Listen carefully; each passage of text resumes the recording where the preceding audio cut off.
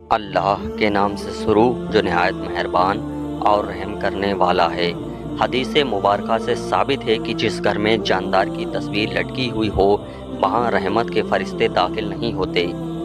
جب اللہ تعالیٰ اپنے بندے کی قسمت میں کوئی چیز مقدر فرماتا ہے پھر بندہ اس چیز پر خوش اور راضی ہوتا ہے تو اس میں مزید اضافہ کیا جاتا ہے۔ سانس کی بیماری ہونے پر کھیرا نہیں کھانا چاہیے۔ کھیرے کی ٹھنڈی تاثیر سے سانس کی بیماری بڑھ سکتی ہے۔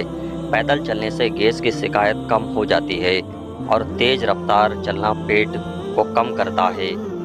پٹھوں، گھٹنوں اور کمر کے درد کے لیے میتھی دانہ اور اجوائن کا سوپ بنا کر نیم گرم پانی کے ساتھ لینا، لہسن کا تیل لگا کر مالش کرنا اور ہلکی چہل قدمی کرنا مفید ہے۔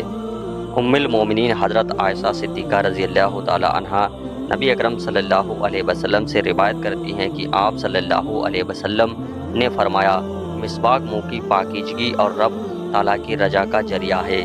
پھول گوبھی کا رس جھائیوں پر لگانے سے جھائیاں ختم ہوتی ہیں اور چہرہ نکھر جاتا ہے۔ حسد کرنے والے لوگ بلڈ پریشر کے مریض بن جاتے ہیں۔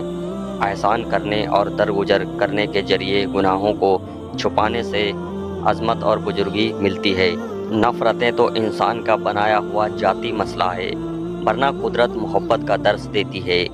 حضرت ابو ہریرہ رضی اللہ عنہ کہتے ہیں کہ رسول اللہ صلی اللہ علیہ وسلم نے فرمایا، اللہ تعالیٰ فرماتا ہے جب میرا بندہ مجھ سے ملنا چاہتا ہے تو میں بھی اس سے ملنا چاہتا ہوں، اور جب وہ مجھ سے ملنا ناپسند کرتا ہے تو میں بھی اس سے ملنا ناپسند کرتا ہوں۔ حضرت سلمان رضی اللہ تعالیٰ عنہ کہتے ہیں کہ رسول اللہ صلی اللہ علیہ وسلم نے فرمایا، تمہارا رب بہت ہی باحیا اور کریم والا ہے۔ معدے کی تیزابیت کا مسئلہ ہو تو اچار کھانے سے گریز کریں۔ زیادہ آم کا جوس پینے سے یورک ایسڈ کی بیماری ہو جاتی ہے۔ اپنے معدے کی حفاظت کریں، اپنے کھانے کی روٹین کا خیال کریں۔ کھانے کے بعد ایک دم نہ سوئیں، ورزش کریں، ایک ساتھ زیادہ نہ کھائیں۔ جو دوپہر کے وقت کالا نمک والا پانی پیے گا اس کا جگر کبھی خراب نہیں ہوگا۔ جانتے ہو اذیت کیا ہوتی ہے؟ اپنی آنکھوں کے سامنے اپنی اذیت کم ہوتے ہوئے دیکھنا اور پھر بھی خاموش رہنا۔ اگر ذہنی دباؤ یا ذہنی ٹینشن کا مسئلہ ہو تو بھنڈی کے بیج کھانے سے افاقہ ہوگا۔ دیسی گھی میں گندم کا دلیا بنا کر کھا لو، مردانہ طاقت میں اضافہ ہوتا ہے۔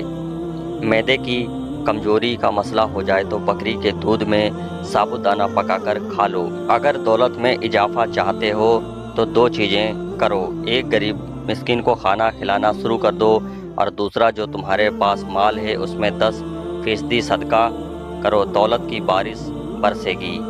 جو لوگ موٹے اور دبلے پتلے ہونا چاہتے ہیں وہ نیبو اور سبزیاں کھایا کریں۔ جامن کا شربت پیاس کی شدت ختم کرتا ہے اور سستی دور کرتا ہے۔ اگر نظر کمزور ہو گئی ہو، دیکھنے یا سننے میں پریشانی ہو یا کانوں میں مشین لگی ہو تو روز رات کو زیتون کے تیل سے گردن کے پیچھے ہلکی مالش کریں۔ ساتھ میں روز 5 بادام، گاجر کا رس اور ہلدی والا دودھ پئیں۔ یہ آزمایا ہوا نسخہ ہے، لیکن پوری جانچ کے لیے ڈاکٹر سے صلاح لیں۔ پیشاب کو 10 گھنٹے سے زیادہ روکنے سے پیشاب کی نالی پھٹنے کا خطرہ رہتا ہے۔ کولیسٹرول کنٹرول کرنے کے لیے چکوترے کا رس پی لیا کریں۔ کینسر کے مریض میں مبتلا افراد کو تھوڑی تھوڑی مونگ پھلی کھلانے سے کینسر کا خطرہ کم ہونے لگتا ہے۔ زندگی کے اندر انسانی جلد خود کو تقریباً 800 بار مکمل طور پر تبدیل کرتی ہے۔ جو لوگ بلڈ پریشر کے مرض کا شکار ہیں ان کے لیے انار کا جوس بہت ہی مفید ہے۔ سبز چائے پینے سے مختلف اقسام کی الرجی سے بچاؤ میں مدد ملتی ہے۔ سبز چائے پینے سے کینسر کے خطرات کافی حد تک کم ہو جائیں گے۔ گلا خراب ہو جائے تو سرسوں کے تیل سے گلے کی مالش کر لینے سے بہت افاقہ ہوگا۔ وزن اور موٹاپا کم کرنے کے لیے شہد میں نیبو کا رس ملا کر پی لیں، 1 ہفتے میں موٹاپا کم ہو جائے گا۔ اگر آپ کو کسی وقت شدید بے چینی ہو رہی ہو تو 2 چمچ خشک میوہ جات کھا لیں۔ نرم دل لوگ ہمیشہ دھوکہ کھاتے ہیں کیونکہ وہ غلط لوگوں پر بھروسہ کرتے ہیں۔